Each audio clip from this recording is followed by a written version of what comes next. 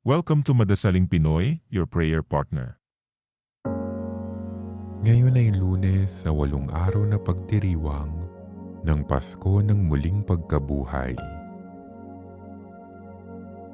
Ang mabuting balita ng Panginoon ayon kay San Mateo.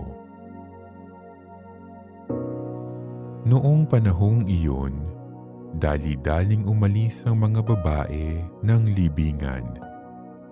Pinagharian sila ng magkahalong takot at galak, at patakbong nagpunta sa mga alagad upang ibalita ang nangyari.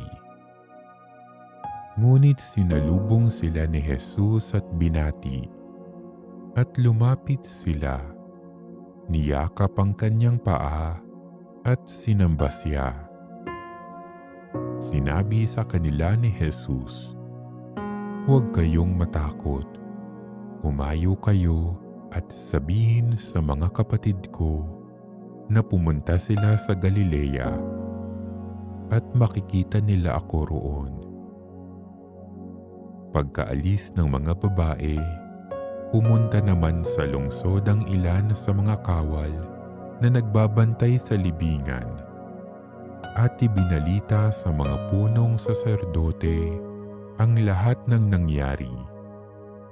Nagtipon-tipon ang mga ito at matapos makipagpulong sa matatanda ng bayan, sinuhulan ng malaki ang mga kawal at inutusan sila na ganito ang ipinamalita.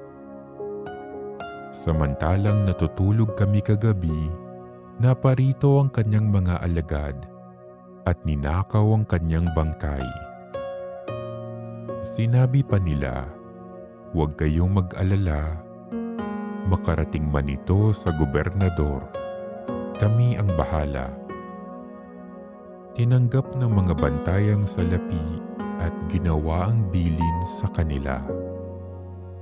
Hanggang ngayon, ito pa rin ang sabi-sabi ng mga Hudyo."